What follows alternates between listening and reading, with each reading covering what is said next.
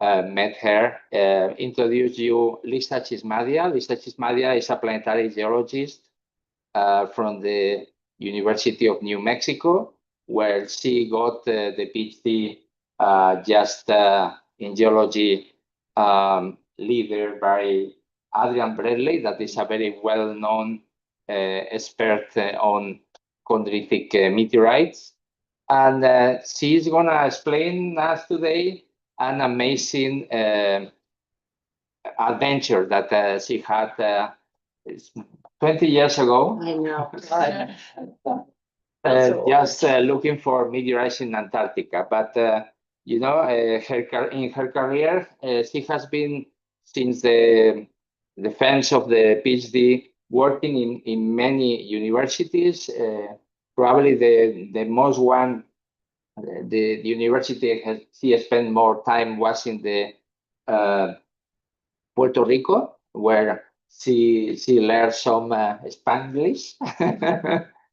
And since then was also in the Georgia University and Minnesota University, and just a few months ago just decided to come to Catalonia to just keep working on meteorites in our group, now as a visitor scientist, and hopefully soon also part of the institute. So thank you, Lysa, for explaining this adventure to all of us.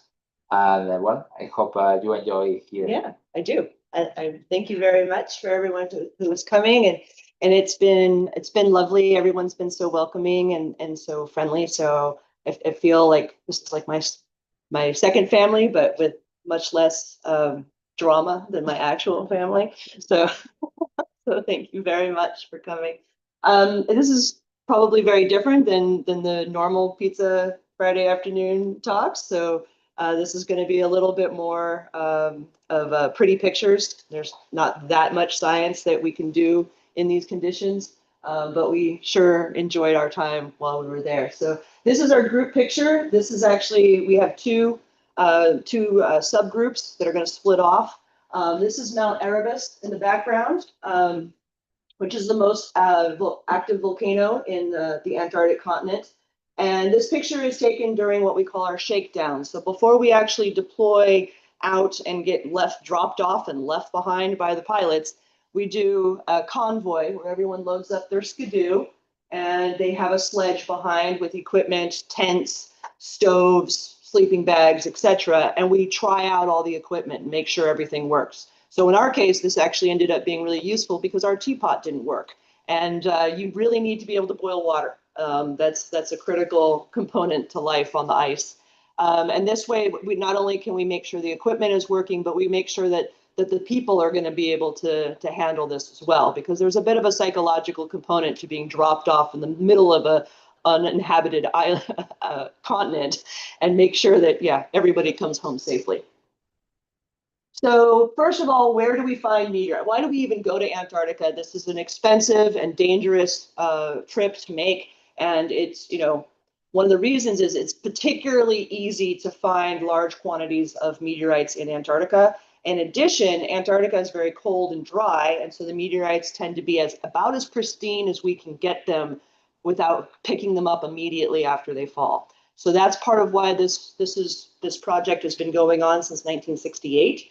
And what makes this a particularly wonderful collection, and it kind of concentrates the meteorites, is that from the South Pole, the ice is flowing towards the sea and has to go over the transantarctic mountains. And just like the Alps or the Andes, these are not little tiny mountains. These are 15, 20,000 feet. So these are very substantial mountains, and they act as a speed bump. So the ice gets slowed down, and that means that then the katabatic winds, which can blow at 40 to 50 miles an hour, and I'm here to tell you that is a low estimate, that they can get really intense. It erodes the ice away, so that you get the meteorites are more resistant to the wind, so they stay intact, and the ice is much softer, so it erodes away. So you can get 10,000 years worth of meteorites concentrated in the same area. And that's part of why this is such a successful mission. Most of the collection areas are along the transantarctic mountains for this reason. And we were here, very close to the South Pole, and then the systematic group, our second group, went to the nunatex of the glaciers. So they had to deal with glacial deposits. We did not. Yay. So what's happening is the ice is moving towards the mountains, it slows down, and then the wind is able to erode. So we're looking for these blue ice patches in order to be able to maximize the number of meteorites that we bring back. And the very first meteorite was discovered in Antarctica in 1912. So we had known for quite a while that this was a possibility. And then 1960s, the Soviets started finding meteorites. And of course, the Americans cannot be left behind by anything. So they had to send their own group down there. So we started in 1968 with a preliminary expedition. It was so successful that this mission has been funded continuously, with the exception of COVID, continuously since 1968. And the vast majority of meteorites are coming out of Antarctica from any single location. Of the over 42,000 meteorites in the collection, over 23,000 are coming out of Antarctica. So this is an incredibly wealthy deposit. And what's really sad is we're only recovering a fraction of what's there. Many of these are still trapped in the ice. And every time you see an iceberg calve off into the Antarctic Ocean, there are meteorites in there and we're losing them. So at least we can get what we can get, but we need more support. Hopefully the Europeans would be interested in kind of picking up some American slack here, since I'm sure you're all very well aware of what's going on with science funding in the United States. It's also a particularly wealthy place to find Martian meteorites and lunar meteorites. So this, and the importance of this is that when we collected samples during Apollo, we collected from the Maria, but the meteorites come from the entire all the different lithologies of the moon. And so they actually give us a better representation of what the moon's crust actually is. So again, we are here. Here's the South Pole. We actually got to visit the South Pole. Not all groups get to do that, so we were really lucky our year. And all of these blue triangles are areas where substantial numbers of meteorites have been collected. So if you work with meteorites, you may actually recognize some of these abbreviations, and that's because we name meteorites after where we find them. So, and that's why there's always a number after them, because you're in one location, you find 100 meteorites, we have to be able to tell them apart. So nowadays, how do we find blue ice? Well, we have satellite images. So it's become particularly relatively straightforward to find areas of blue ice, and for the primary investigators to be able to evaluate where are the best places to be able to hunt for meteorites. We were not so lucky. Well, the way it was originally done and the way it was done 20 years ago is we had aerial photos from the 1940s and 1950s, and we had to figure out where to go from there. So the PIs and the mountaineer are literally in the cockpit with the pilots with physical photos, trying to match what we see from the air with what the ice looked like 40 years before. And the problem with climate change is that it's increasing the amount of precipitation in Antarctica. So the ice fields don't have exactly the same geometry as they did 40 or 50 years ago. So in one case, we got left in the wrong place. But fortunately, the pilots knew where they left us, and clearly we got home.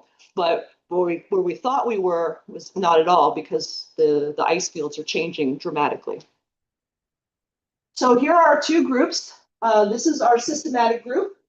They are going to go to areas that we know for sure there are large quantities of meteorites, and they're going to search and collect as many meteorites as they can.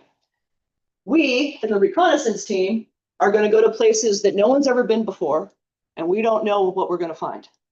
It was awesome.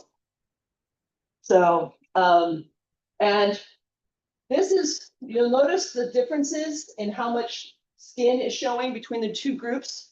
We had much, much colder conditions than they did. So you'll notice that throughout the pictures. So the first group, they loaded up their skidoos with sledges, and they have their tents and everything, and they traversed over land to get to their locations. And this is their first location, the Otway Massif. And then they loaded up all their gear and went off to the Malvern Nunatak. You can tell they're sunbathing. You are not going to see us sunbathing at all. Then their last location was the Larkman Nunatak, where they found, and this gives you an idea of the breadth of a large systematic group. Each tent contains 2 people, and they actually got a shower tent. We were very jealous. So we got loaded up into a small C-130 and hauled off to South Pole, where we got picked up by Twin Otter plane, and they dropped us off in our first location here, Scott Glacier. We were very close to Mount Howe, which is the most southern outcrop of rock on planet Earth, and it was just beautiful. The ice was so clear and so pristine, it looked like water. So you kind of got a little nervous when you went over it in your skidoo because you're afraid, you're going to kind of plunge in. But fortunately, it's always -40, so it's nothing is ever liquid for long in Antarctica. Our second location was D'Angelo Bluff. We were meant to start up on top, but unfortunately the terrain was too rough, and the pilots, and these are bush pilots, so these guys are crazy, and if they don't feel comfortable landing somewhere, you don't land. So they tried 4 times to land and they couldn't do it, so they dropped us off here at the base, and so we then took our skidoos and we had a half an hour trip every morning to go and collect meteorites. And what's particularly remarkable about this location is that this package of rocks is part of the Mesozoic supergroup. And the Mesozoic supergroup is particularly important geologically because this is a package of rocks that's identical in South America, Africa, India, Australia, and Antarctica. And this package of rocks is one of the main pieces of evidence that supports that we used to have all the continents together, Pangaea, and that through plate tectonics, they have been ripped apart. Because in order to get the same identical package of rocks, they all had to be deposited together. And another really cool thing is this is the salt here, so we can date it. This is the salt up here, so we can date it. And this is coal, right in between them. So this was a swamp somewhere near a volcano in order to get this combination of rocks. And now it's in the middle of Antarctica. So just imagine what the world was like, 225 million years ago. For those of you who are curious about more human considerations, this is our bathroom tent. One person at a time. And that's the last we're going to talk about that. So this is South Grave South. This is where we got dropped off in the wrong place. We were not supposed to be here. But number one, it was just stunningly beautiful. And number two, you get a better idea here of what it looks like when we're trying to hunt for meteorites in a systematic fashion. But it was the most beautiful wrong place to be. So North Graves East, this is where we were supposed to be dropped off. And here you can see one of the Twin Otter planes. When we move from location to location, we can only fit 1 skidoo in plane at a time. So we have to make 4 trips for the 4 of us. And this is an ordeal. So you've got a little ramp, and you got one person who's got to go up that ramp about 20 miles an hour. And you got 2 people inside that are going to rotate that skidoo at 20 miles an hour, 90 degrees. It is a trip. Like, this is real work to get this in. Then we load it up with everything that will fit inside. And the first trip has to take at least 1 tent and a stove. And the pilots cannot leave until that tent is set up and the stove is running. Otherwise, they're leaving us at the mercy of the elements. And at -40, yeah, it doesn't take long to lose your body heat. You'll also notice down here that Johnny, our mountaineer, he's using a chainsaw to cut out a block of ice. And these we collected 3. One that was directly behind where the skidoo exhaust happened. One that was someplace that we had been walking back and forth. And the third block was in a pristine area that we had not before touched. And the reason for this is that there was at the time, there was real concern that there was organic material in the Antarctic meteorites that was coming from the ice. And spoiler alert, I'll show you in a bit. No, the organic material really is extraterrestrial. So how is it easy to find them? Well, this was the view that we had when we first got off the plane. I mean, clearly we had set up the tents at this point, but then my tent mate and I went back and took a picture. So we got off the plane and there are two of them right there. That's how easy it is to find them. So, but you'll also notice there's not a lot of snow here. This is all ice. And when we did find areas as Strugi, which is compressed, sculpted snow, then we did have problems. So there was a couple that we collected where you just saw a tiny little piece of black at the top, and when we dug it out, it was the size of a softball. So the precipitation is really affecting the ability to spot these meteorites.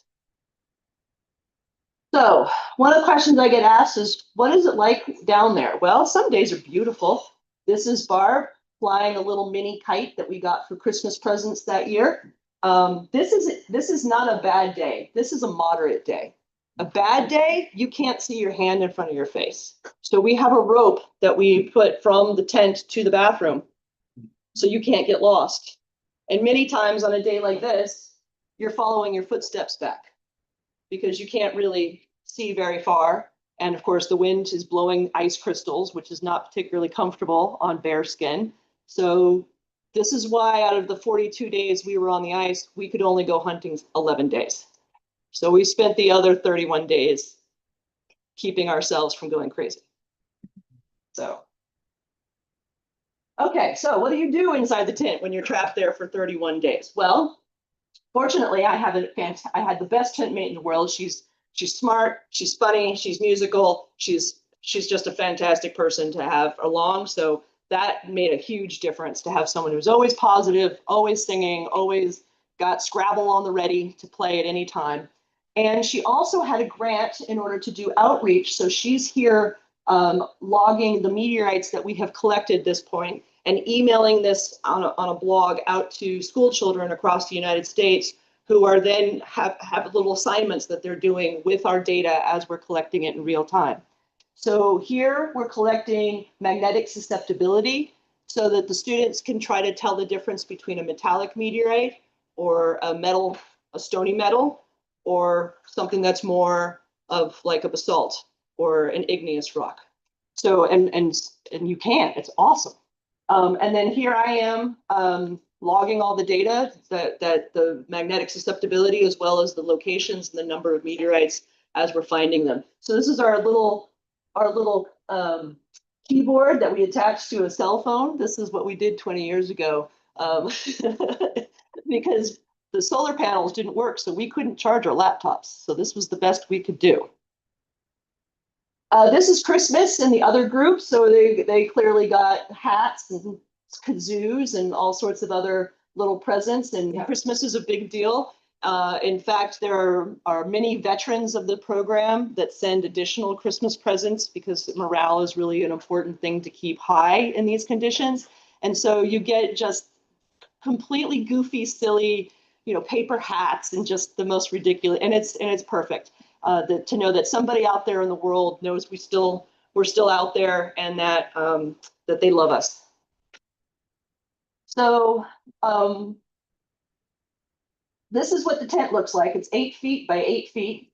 So you get one sleeping bag here, one sleeping bag here, and this is the kitchen. And that's all you got. So there's not a whole lot of dancing room, right? You've got to be able to sit still and chill. And in our case, we had 31 days of that. So at one point we got resupplied with fresh avocados, oranges, and carrots. And Barb and I both have history in Latin America, or at least the Latin parts of the United States. So we make fresh guacamole. And when we brought this picture back to McMurdo, they were absolutely dying of jealousy because they only got the pre-made, frozen guacamole, which is not nearly as good as the fresh one. And they're like, why is it that you guys are in the middle of the continent and you can get fresh avocados? And I'm like, because they have to keep us happy. So we had one time at South Grave South, the place where we were not supposed to be, where we had a storm roll in for 8 days that we did not account for. So we started running low on propane. When propane is running, it's very comfortable. We can actually crank it up. We could get the temperature up to maybe about 15 degrees Celsius. So in contrast, that's very, very warm. We could have a spa day, have a little sponge bath, have a day. When the propane runs out and you're reduced to white gas, there is no spa day. It is cold. The amount of heat that's generated from white gas is not nearly as high as propane is. So it gives you kind of an idea of why what happens when the weather is not cooperating. So searching for meteorites, this is the systematic team, and bless their hearts, they had to hunt through glacial terrain. Bummer, because they have to check every single rock to make sure it's not a meteorite. We did not have this problem. So this was our problem. So what does it look like? So in a perfect world, you have a bunch of skidoos all lined up in a horseshoe, and everyone can see everyone out of your peripheral vision, because the moment someone spots something, they're going to stop and they're going to signal, and everyone comes, and everyone has a different role in order to collect the meteorite as quickly as possible and keep it from any kind of human contamination.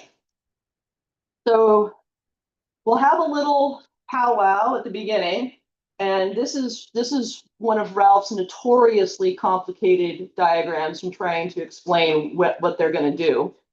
It never goes according to plan. So what it's really more like is everyone starts out in formation, and then somebody can't stay in the right distance, and somebody has to be first because of course they do, and somebody else has to go zooming off as well because they can't be left behind.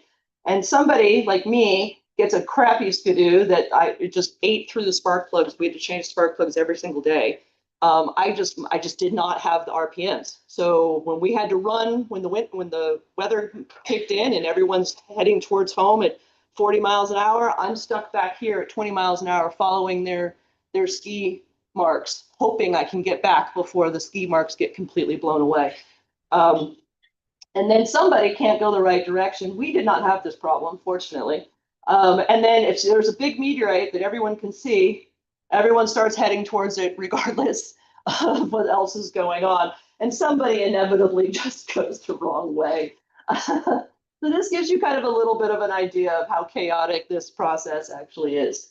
So what do we do when we find one? Well, this is our group. Everyone has a designated role. Johnny, our leader, he's collecting the GPS coordinates so that we know exactly where these are. He's going to plant a flag there so the future years that come, they know where the meteorites were, and so they can kind of see if there are any patterns. And also use these as a secondary way of watching how the ice is flowing. Because if they're put in a certain geometry to start with, you come back 10 years later, and they may not be in that same geometry. So this is really helpful for the glaciologists to be able to understand better how the ice is actually moving. So then we have Silvio here. He is our collector. He's got a pair of sterile aluminum tongs and a Teflon bag, and he's going to actually be the one to pick it up and put it in the bag, seal it, label it, and they're kept frozen until they get to Houston. I'm down here. This is my hand. So on all of the pictures from our group, that's my hand. And I can, so I'm, my hand at least is internationally famous. So we have a different number, a different counter for each one that we acquire. And then Barb is taking a picture. So we have photo documentation of every single one. This is our big one that we got that year. It was over 2 kilometers in mass. And those are Johnny's boots, gigantic boots for comparison. And at one point we found a strewn field. And so Barb got to collect all her little babies and make a little portrait of her little meteorite family. So once, this is again from the systematic group, so you can see when they are searching these moraines, they're finding the meteorites are completely mixed in with the terrestrial rocks. This seems to me to be like looking for needles in haystacks sort of thing. But nevertheless, we have to recover as many of them as we can, because you never know exactly how valuable that rock is until we get it back to the lab. So when they do get back to the lab, so they're wrapped up, they're kept frozen. We put them in ice coolers, insulated coolers. They're kept frozen. They get put on a cargo ship in a frozen container that goes to Los Angeles. It gets loaded into a refrigerator truck where they're kept frozen, go all the way to Houston. And then when they get to Houston, they're put in these glove boxes and warmed up using atmospheres of pure nitrogen. And the reason for this is that if any ice actually gets into the meteorite and goes through the liquid phase, it's going to dissolve all sorts of things and compromise, especially for things like radiometric dating, it's going to compromise the data. And we know this because this is Big Lou. Big Lou was recovered in 1985 and was too big to fit in the glove box. So they had no choice but to let it thaw in the open water-rich air. And all of the white that you see in here are salt crystals. So this rock is completely compromised and will not yield accurate data. So it's used as a cautionary tale of why it's important for these to be thawed out in an inert atmosphere. And then the particularly interesting ones get put on display at the Smithsonian, and the rest of them get archived and wait for scientists to request sections of them. And this location here in ICE-CSIC is one of the very few places in all of Europe and the only place in Spain, right, where we have access to these meteorites. Okay, so what kind of meteorites did we find or are found in general? We have basically two main groups. We have chondrites and achondrites. Chondrites are called chondrites because they contain chondrules, which is the Greek word for a grain of sand. And if you look at them closely, they have all these little round things in them, and those are the chondrules. And if it's an achondrite, that just means not chondrite, doesn't have chondrules in it. So what's really cool about chondrites is that they contain the oldest solid material that formed in the solar system. This is where we get the age of the solar system. These rocks are older than Earth. Well, at least any rocks that we can access here on Earth. Everything has been processed at least one time through the mantle. So these rocks have never really seen that kind of thermal metamorphism, and therefore all of their atomic clocks are still intact, and this is where we can get those dates. They do also tell us about some of the conditions in the asteroids. Some of them, their atomic clocks get compromised, but they get compromised in a very systematic way based on thermal metamorphism or aqueous alteration or hydrothermal, where you have both heat and water. And so this tells us that at least early on in the solar system, these asteroids were dynamic worlds. They were not stagnant. They were not static. They were melting. They had water moving through them. So there's plenty of activity happening early on in the solar system. And one of the things that's particularly relevant towards life here on Earth is that these meteorites can contain up to 5 weight% organic material, and they contain more amino acids than life uses to make life here. There's just kind of a big mystery as to why they have more amino acids than life, but nevertheless, all the amino acids that we use to do our daily metabolic processes are found in these meteorites, and they're found in ratios about 50-50. So when you're eating something biologically produced, you're getting, for example, all your proteins are right-handed in terms of the chirality of the molecules, right? This is why, for example, 0-calorie sweeteners have 0 calories. It's not that they don't have 0 calories, it's that they're the left-handed version. So they interact chemically with your tongue, so you taste the sweet, but your body can't incorporate that into its metabolic pathways, so it gets excreted. So that's why it's 0 calories, but it's not 0 calories. It's the same molecule, you just can't use it. So the fact that we find these in 50-50 ratios tells us that they were produced abiotically. So that's one of the main sources that we've been able to identify for how organic material may have come to the early Earth. So we may all be descendants from these carbonaceous chondrites. Achondrites, there's a couple of different types. We have iron nickel metal ones. We have ones that are a combination of silicates and metal, like this palisite. And then we have igneous meteorites that, for understanding the early solar system, are coming from asteroids like Vesta, Mars, the moon. And this gives us a good idea of how these bodies have evolved over time as well, since it's a little difficult for us to go and collect samples in person. Some of the interesting data that's come out of studying these is that The iron nickel meteorites contain what we call a Widmanstätten pattern, so you can actually see the crystals and how they grew as the metal solidified. And the width of these crystals tells us that it had to cool on the order of 1 to 10 degrees Celsius per million years. This is really slow cooling. This means that they had to have an insulated blanket, a mantle of silicate material to keep them warm long enough to cool that slowly. So these were the cores of asteroids that have subsequently then been disrupted, broken up, and delivered to Earth. So again, the early solar system was quite a dynamic place. And then the igneous rocks tell us that we had volcanoes, eruptions, and many of them are what we call breccias, meaning that they are broken up and put back together in the wrong order like a puzzle, but they have additional pieces that may have been that come in. So that also tells us there are a lot of impacts happening very early on in the solar system. It is a violent place to be. Okay, so some of the famous carbonaceous chondrites that have been identified down there, and we have a good range of the different types of carbonaceous chondrites. So that's another reason why Antarctica is so valuable.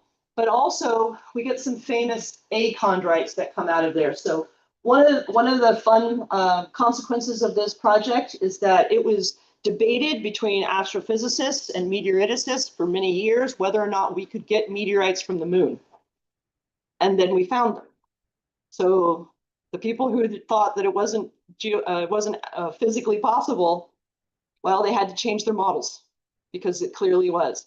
And we did not recognize that these were from the moon until we had the Apollo return missions. They were just an odd igneous meteorite that we didn't really know exactly where it came from. But once we had the Apollo samples, we could compare 1 to 1 and realize that, yes, indeed, this class of meteorites really was from the moon. And then we have the S&C meteorites. This stands for the 3 type lithologies that we find in these particular rocks. S is for Chizmadia, N is for Nakhla, and C is for Chizmadia. Don't worry, it's not important. You don't have to remember that. It won't be on the test.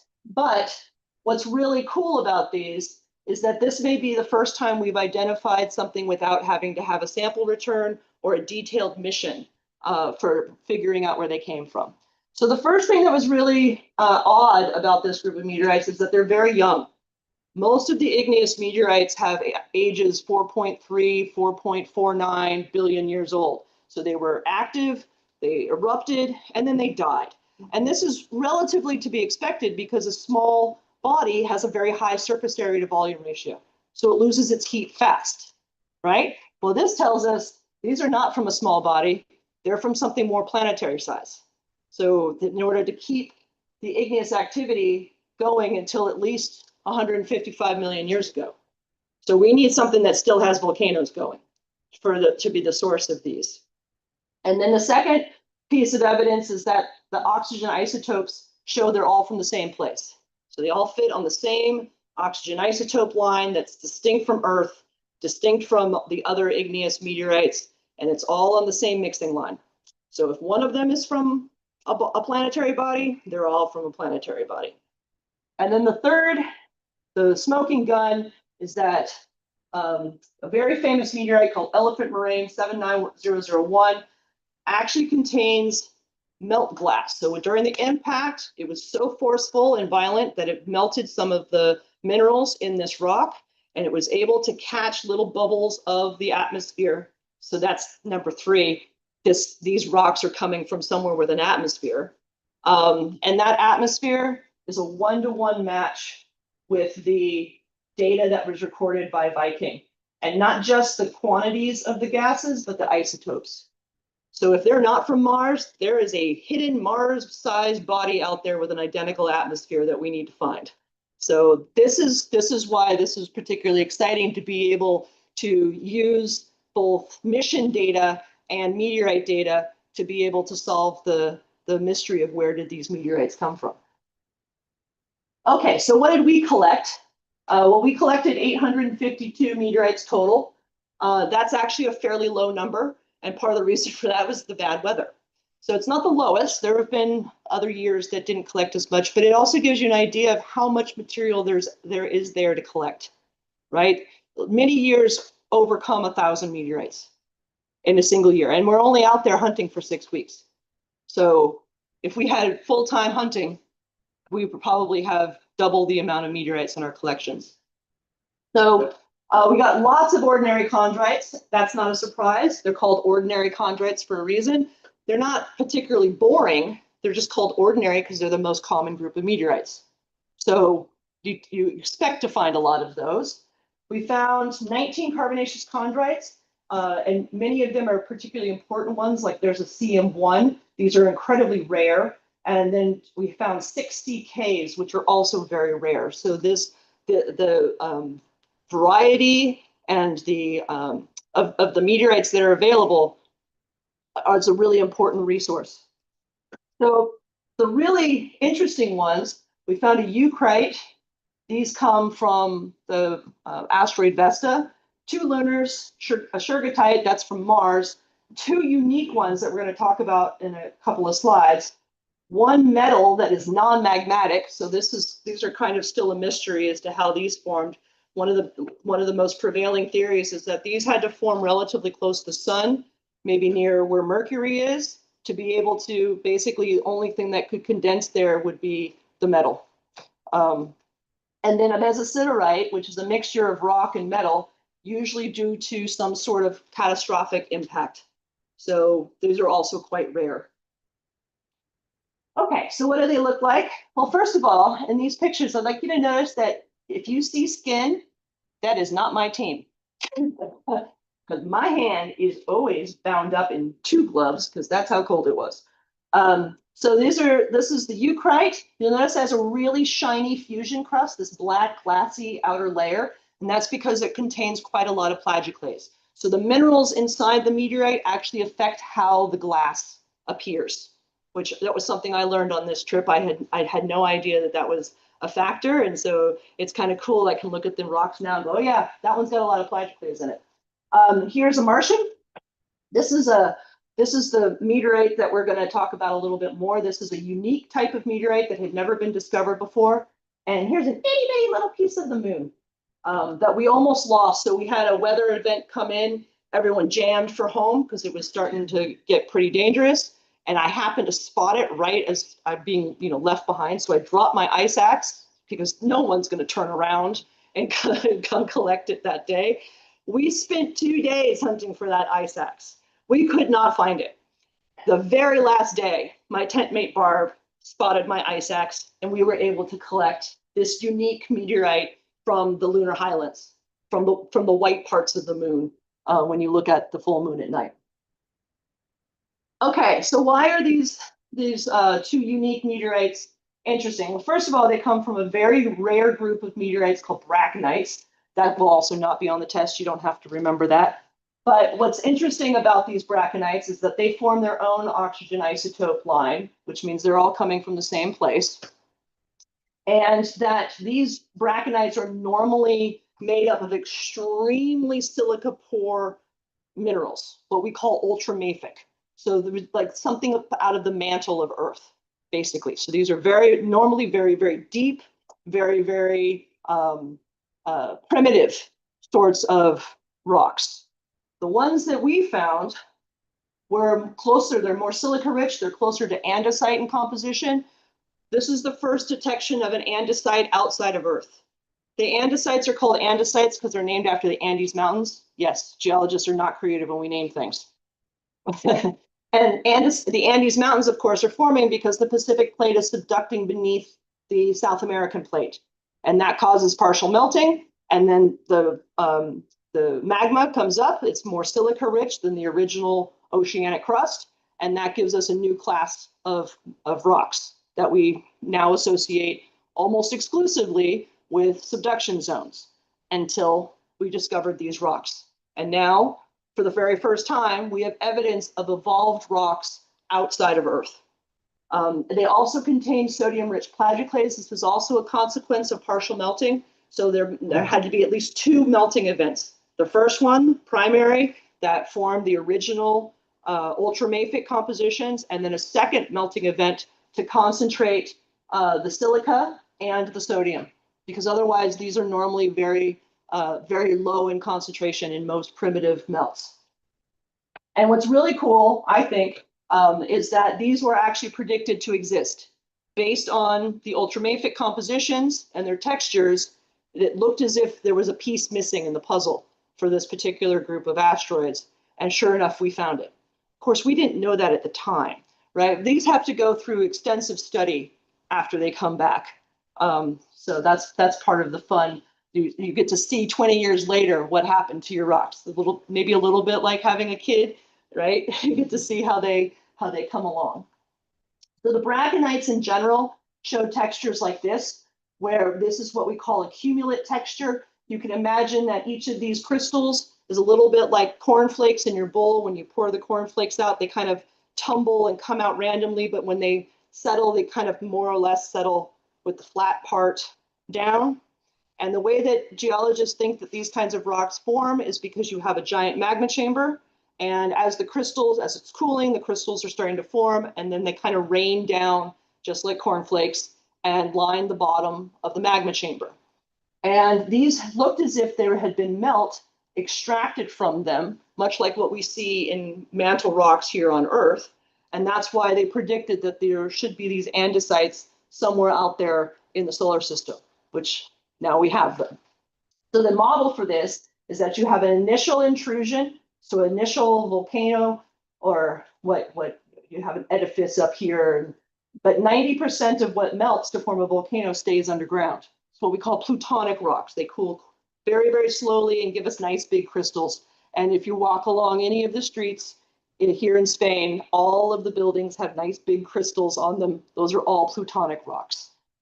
And then something had to happen in order to melt this magma chamber a second time. We don't know if it was an impact or what is likely, because it happens here on Earth, that you have an intrusion of new, hot, fresh magma nearby, and that adds its heat and remelts, and then you get the delivery of this more silica-rich composition. Okay. So where do these rocks come from? Well, they come from all over the solar system. So we have shergottites from Mars. We have S-type asteroids giving us the ordinary chondrites. We have lunars from our neighbor next door. We have the HED meteorites coming from Vesta. The M-type asteroids seem to be related to the iron-nickel metal asteroids, and those are about midway through the asteroid belt. The braconites look like they're similar to the A-type asteroids, and those are early here in the inner solar system. And then the C-type asteroids look like they're related to Ceres, or in some cases like that CM1 that's particularly rare, that may be from the P and D type asteroids that look like centaurs. So maybe they're kind of Kuiper belt objects. So for those of you who are like me as a geologist, I had no idea that the asteroid belt was not homogeneously distributed in the different types of asteroids. So, I mean, you look at any science fiction movie and they're flying around these things that look like potatoes and they all kind of look the same. Well, thanks to astronomers, we know that's not the case. So there are different populations at different distances throughout the asteroid belt. So again, what we're sampling is pretty much the entire breadth of the asteroid belt. Okay, I told you we would come back to talking about why we took those ice blocks, and these were sent to various labs that are particularly good at analyzing organic material. And so what the first thing that they discovered is that the Antarctic ice is particularly poor in organic material. Not really a surprise because there's nothing living there. Like, we didn't even see lichen. There's nothing out there. So they're not getting a lot of the contaminants, the organic contaminants that where everyone is living are going to be. So we don't have to worry about the carbonaceous chondrites gaining organic material from being in contact with ice. They also contain a bunch of micrometeorites. So again, this is why it's sad every time a glacier calves off into the ocean, because we're losing a ton of material. But they're rich in micrometeorites that are particularly difficult to capture. So they'll probably be doing more ice cores to be able to recover those in the future. And these include ultracarbonaceous chondritic micrometeorites, which are thought to be some of the most primitive of the dust that we get. So coming from comets during meteor showers, for example. And then again, confirmed that the braconites really are extraterrestrial, and isn't it interesting that they also contain organic material? So if we look here at the ice, we find that it has very, very low amino acid concentration, and the Graves brachionites are fairly high. And then this Allen Hills was used kind of as a marker to see what a normal igneous meteorite might contain, and the brachionites are even more enriched than that. So that's a whole new mystery that the igneous meteoriticists are going to have to figure out. Oh, my last slide is gone. Oh, there it is. Okay, good. So in geology, it's traditional for us to end on a sunset. The problem with summers in Antarctica is there is no sunset. You got to wait 3 months for a sunset. So I thought I'd show you some sundogs instead. So this is a phenomenon that used to drive ancient mariners crazy, because some of them interpreted as seeing 3 suns.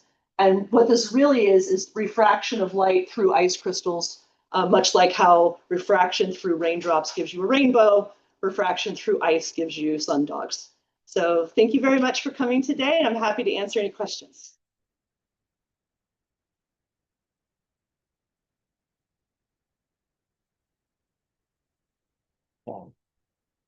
Yeah. Yes. Yeah. Thanks, Lisa, for the talk. Very nice. So you mentioned how you can relate some of these meteorites to different bodies in the solar system. Mm-hmm.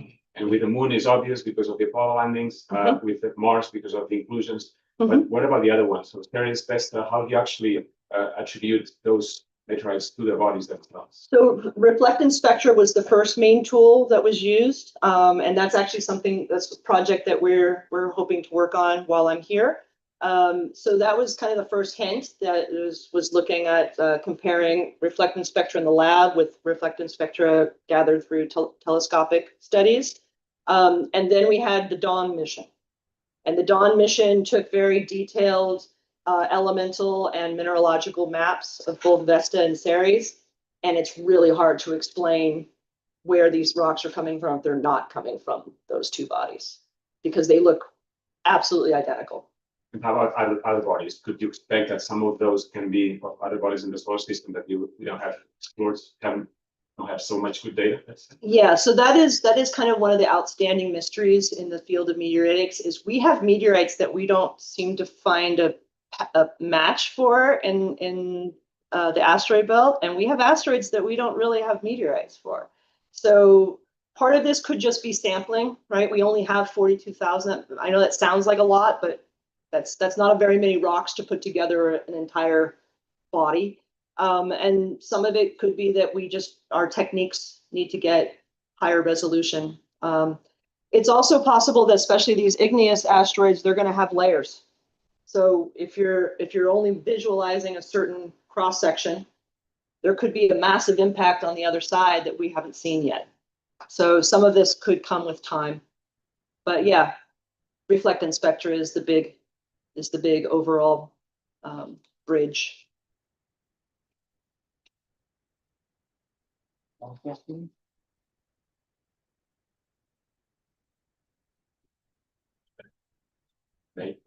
Good question. Can you date when the meteorite fell, actually? So how old has been there on the surface of the Earth, Antarctica? You can estimate based on the age of the ice. But since you've ablated all of this ice, it's next to impossible to tell, was it in the top surface or is it only now being excavated? We can date how long we can date when it was ejected, because we can see the impact metamorphism, and we can use cosmic ray dating to see how long it was in space. And maybe if we were willing to sacrifice more of these rare precious types, we could do some helium dating to see kind of how long they've been exposed to solar radiation. But for the most part, we date them with the ice.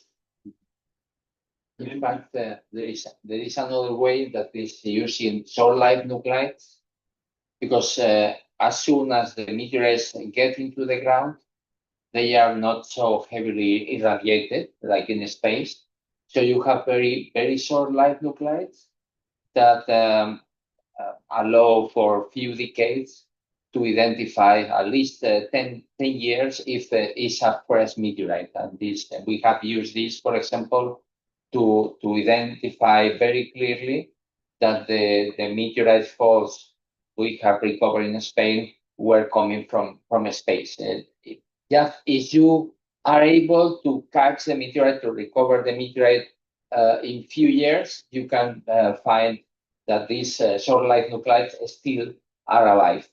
You know, they are still decaying, and then it's the clear proof that the meteorite was in space. So does that mean that you revisit the same fields over and over, and you can actually?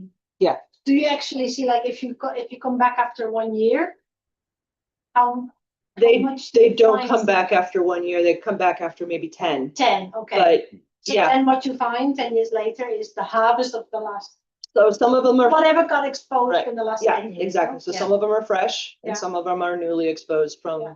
deeper in the ice. Right. Yeah, but yes, they do go back. So Yeah. you'll notice that the same 3 letters that show the location have different numbers. So the way we name meteorites, you have 3 letters that are the physical location, and then the first 2 numbers are the year. So if you have Elephant Moraine 79001, that was recovered in 1979. But there are Elephant Moraine 85, 96, right? So they do go back to places that are particularly rich in meteorites.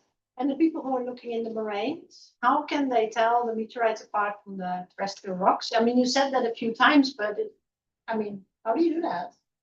Part of it, the number one feature to look for is a fusion crust. So this is the outer glassy layer that shows evidence of coming through the atmosphere at extremely high velocity. Right, but these people are on their. No, they do it on foot. Okay. Yeah, And they look at every single rock? it's and that they they're look for supposed something to. that looks a bit different.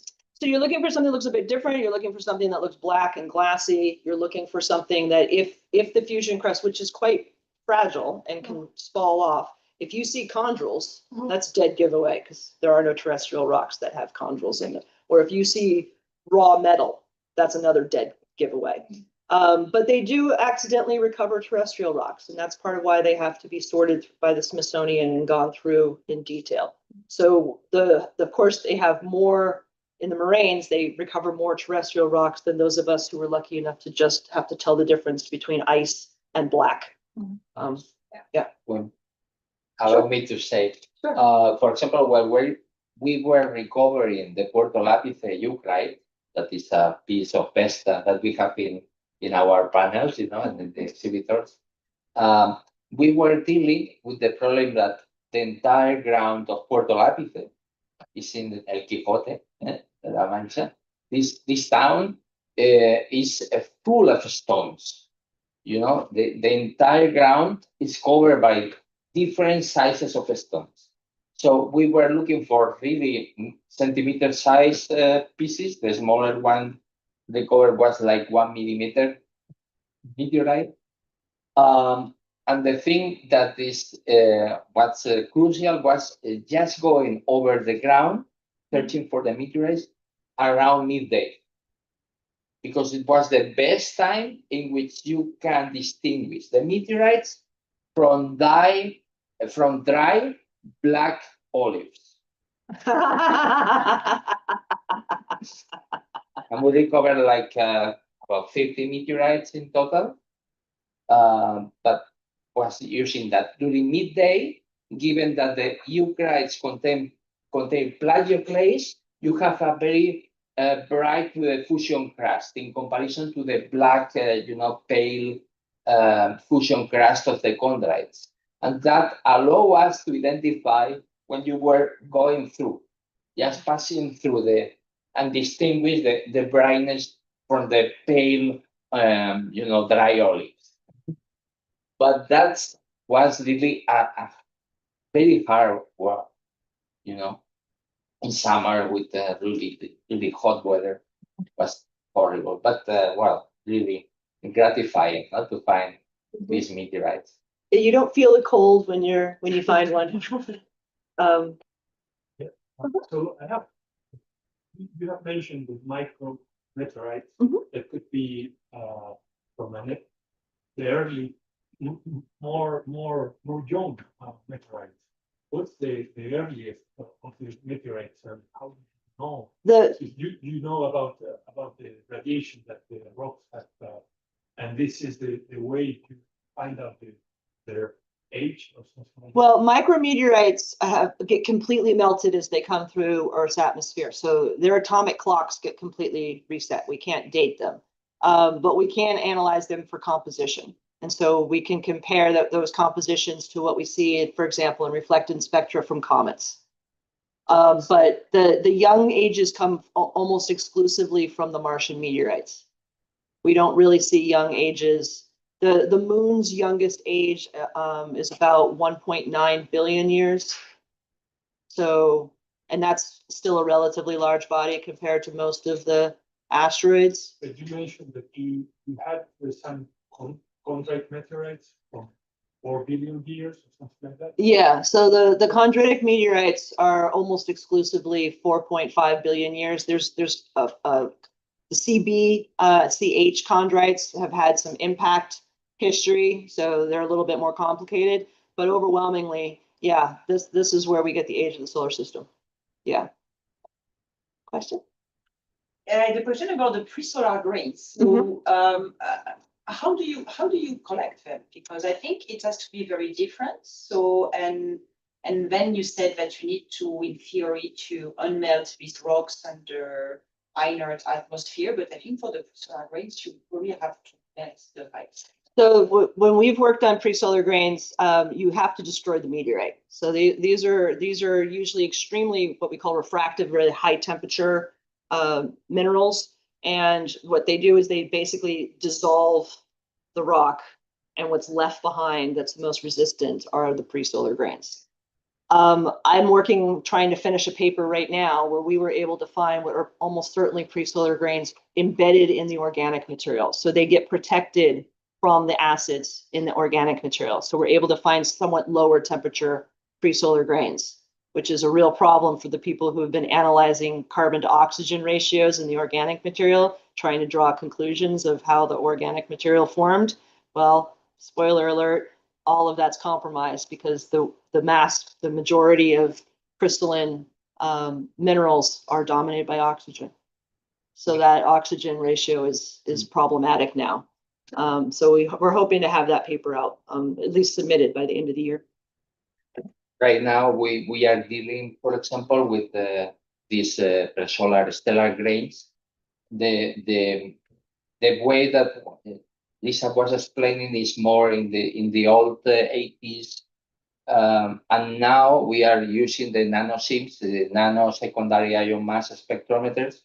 So basically, you made a thin section of the meteorite. If it's a chondrite, you will have in the matrix of the meteorite, the fine grain material, you will get perhaps from each 1 million of these grains, you will get some stellar grain. And then you identify using these nanosims just by looking at a specific,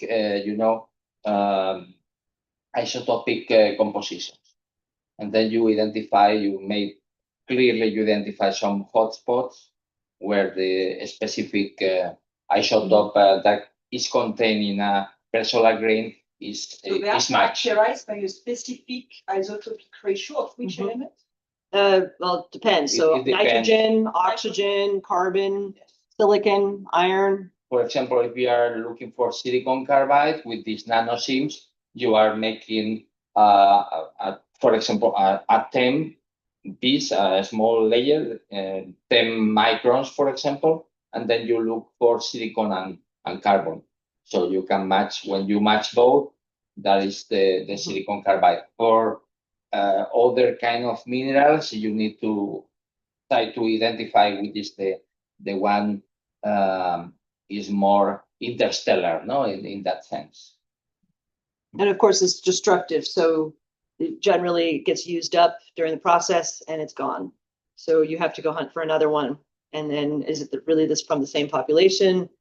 It's very tedious, very detail-oriented work. And there's also pre-solar organic material as well that have odd isotopic signatures, especially nitrogen and carbon. So not everything is refractory.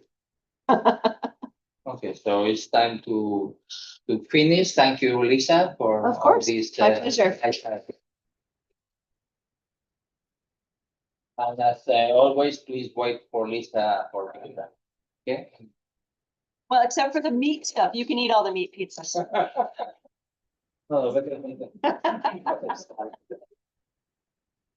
Ah, so since this is not an apple, I can just take this out. But the screen's not showing, so I don't know how to shut it down properly.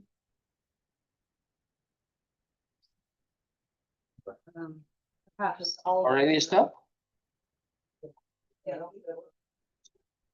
Good, and you? So go ahead. Very well. Do this very nice. Andiamo per la pizza? Yeah. Yeah. Sí, sí. Pizza serena. Sí, y es pizza y es pizza gratis.